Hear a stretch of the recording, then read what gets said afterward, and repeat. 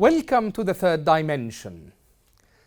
The sudden move to restore diplomatic ties between Saudi Arabia and Iran has raised hopes of an easing in tensions across the region, especially in Yemen. While few details have been released publicly about the deal, analysts believe that Saudi Arabia wouldn't have signed an agreement to restore relations with Iran without a promise that Tehran would stop arming the Houthis and perhaps pressure them to stop the cross-border attacks.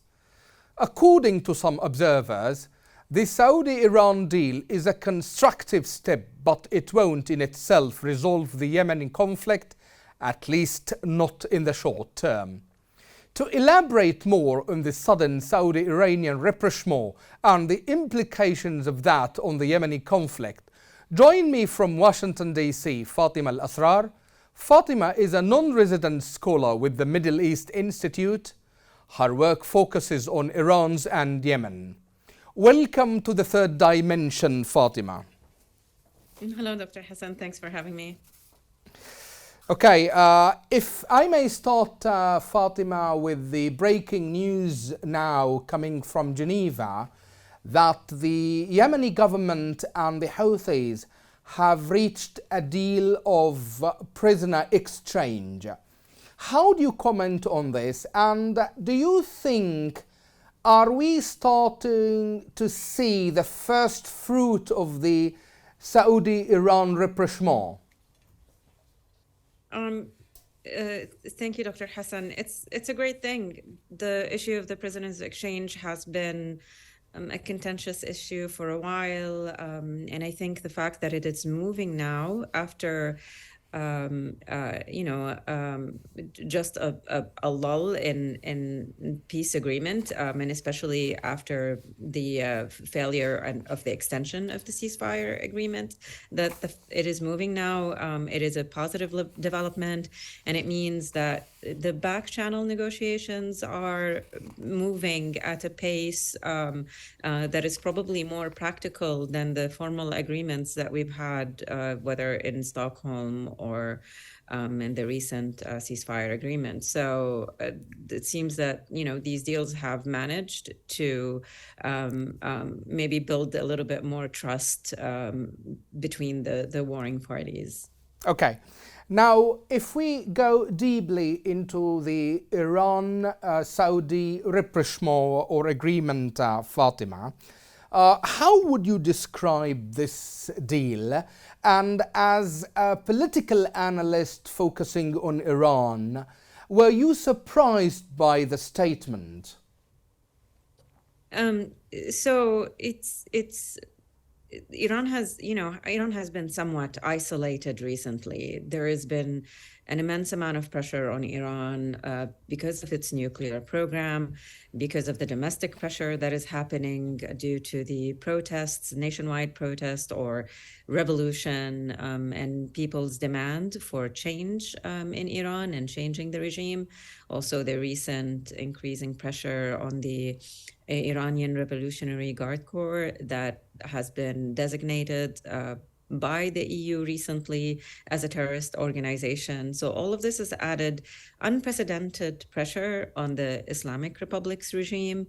And in order for this regime to survive, it's seeking to find any deal possible with the regional allies, with the international community, in order to say that reform is probably a better choice for it's a better choice for everybody, and especially for the Iranian regime. So it's focusing on presenting a different image. It's focusing on now coming to the table, trying to build these connections and using, all of the tools that it had at its disposal, which has been, like the Houthis or the Hezbollah, that have been leveraged in the past, and they are definitely of increasing leverage at this point in time due to the Islamic regime's volatility. So when we see this deal with Saudi Arabia that has been brokered by the Chinese government,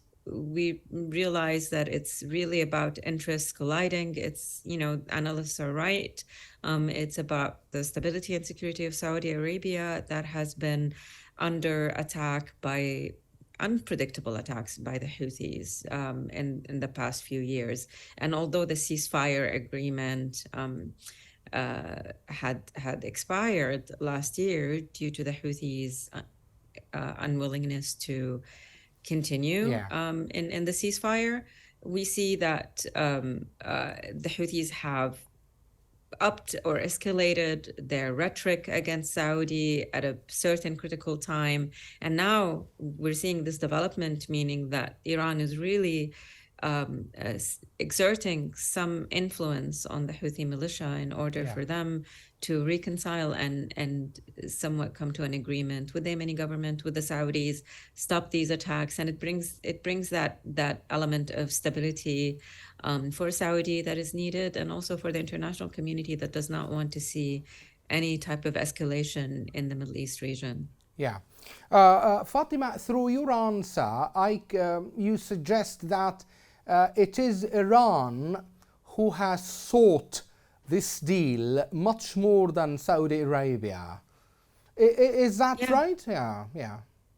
I believe so. I mean, if you think about it, Iran did not want to have any type of relationship with Saudi Arabia for the longest time. There has been just rhetoric, but nothing on the ground. And it's because of the domestic pressure, because of the call to remove the Islamic regime, because of the, there's been mounting pressure from the United Nations, the international community, the US government, and even the Iran-Russian relationship has come under so much scrutiny due to Iran's drone supply to Russia. So there is increased awareness of the malfeasance that Iran, the Islamic Republic, can actually generate, and that pressure will only lead to escalation in the region. So the fact that it is Iran that is taking a step back and saying, okay, they are coming to the table because of this international pressure that's there. Yeah. If it wasn't for that, I don't think we would have seen this agreement come to fruition. Okay. It would be interesting to bring in another opinion of an observer. Veena Ali Khan is from International Crisis Group Fatima. She says, I'm quoting her, Iran might be able to encourage the Houthis to escalate, whether or not they have the ability to encourage the Houthis to de-escalate is a whole different story. How do you comment on that? I think that Iran and the Houthis are very close allies. In fact, Houthis have been doing Iran's bidding in the region. So the fact that they can escalate or de-escalate really is directly involved with what Iran wishes is. I understand the point of view that often talks about Houthis' autonomy, that they are, a local group with a sense of autonomy and pride. And that's pretty much an image that the Houthis are trying to push, that they are an independent agent, that they are not a proxy, that they're not doing anyone's bidding. And I think, so far there has been evidence, and I think we should really trace back what the Houthis have done and why they have done it.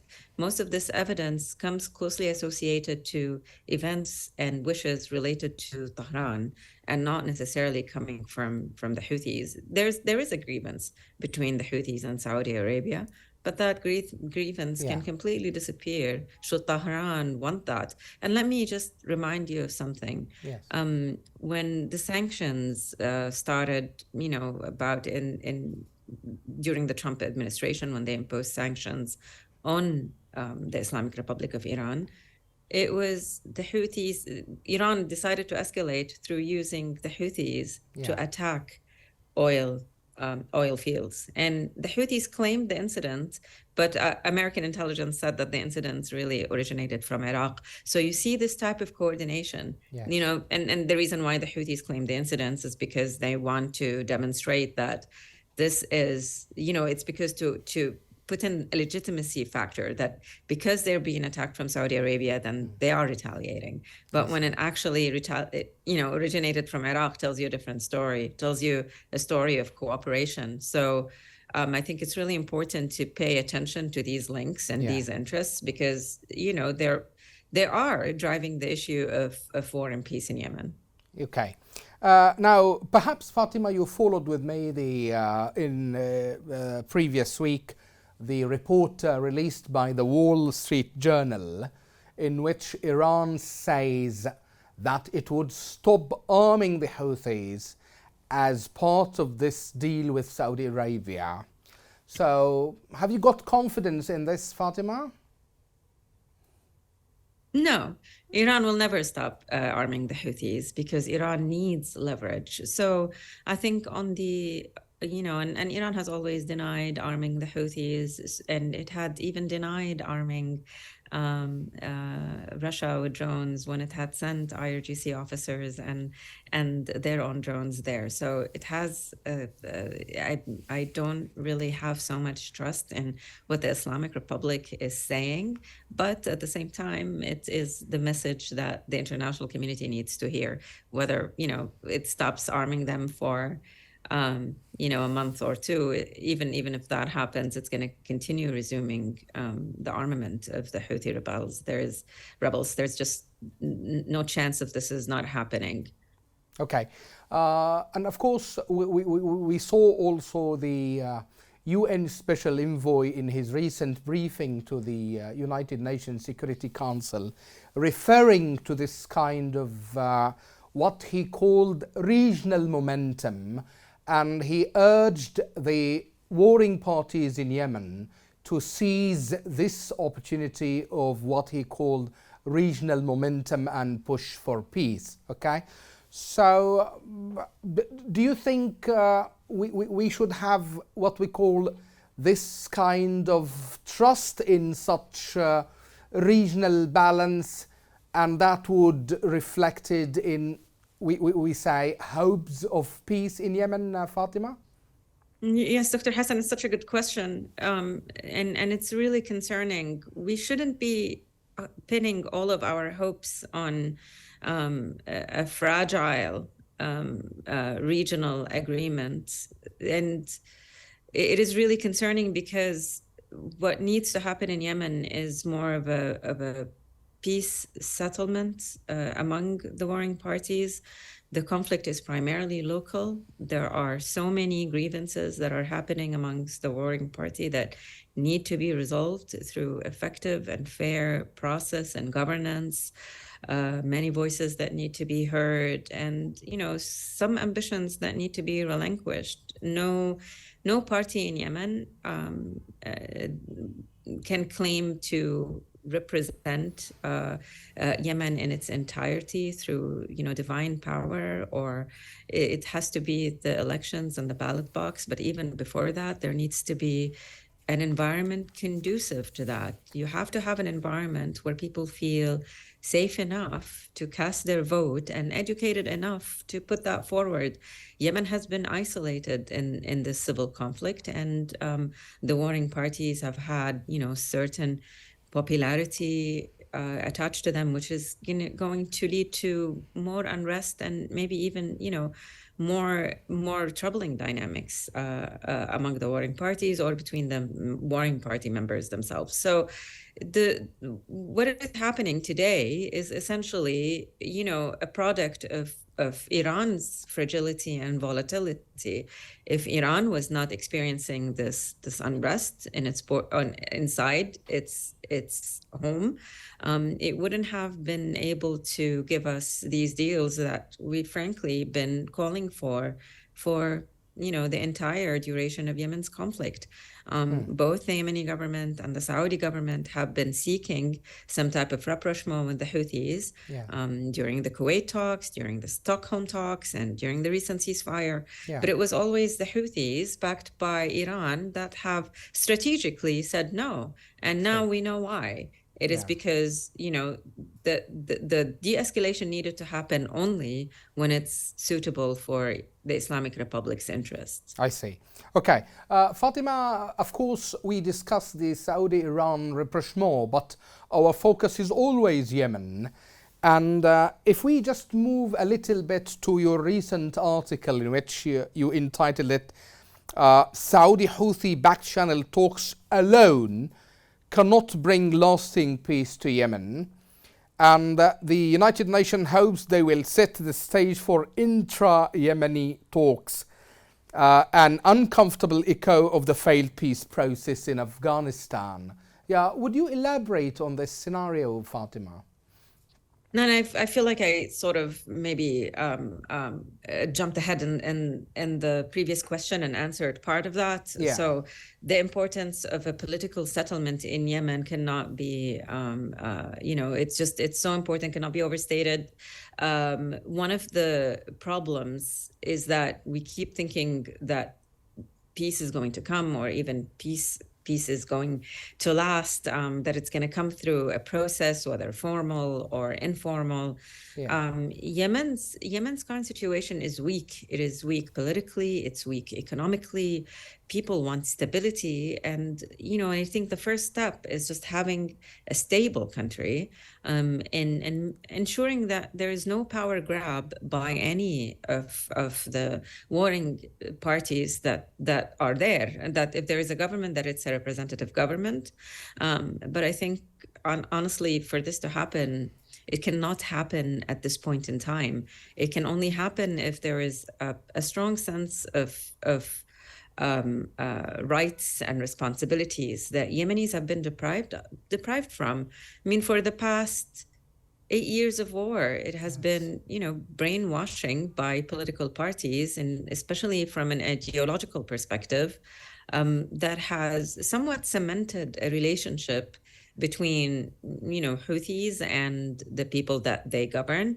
And even though a lot of people are expressing dissent, there is a culture currently of violence and fear that is very difficult to break away from. So we need to pay attention to these details, the fact that people are feeling really insecure in their country, in their homes, and that they want to move to feeling stable and secure, that there has been, you know, so many educational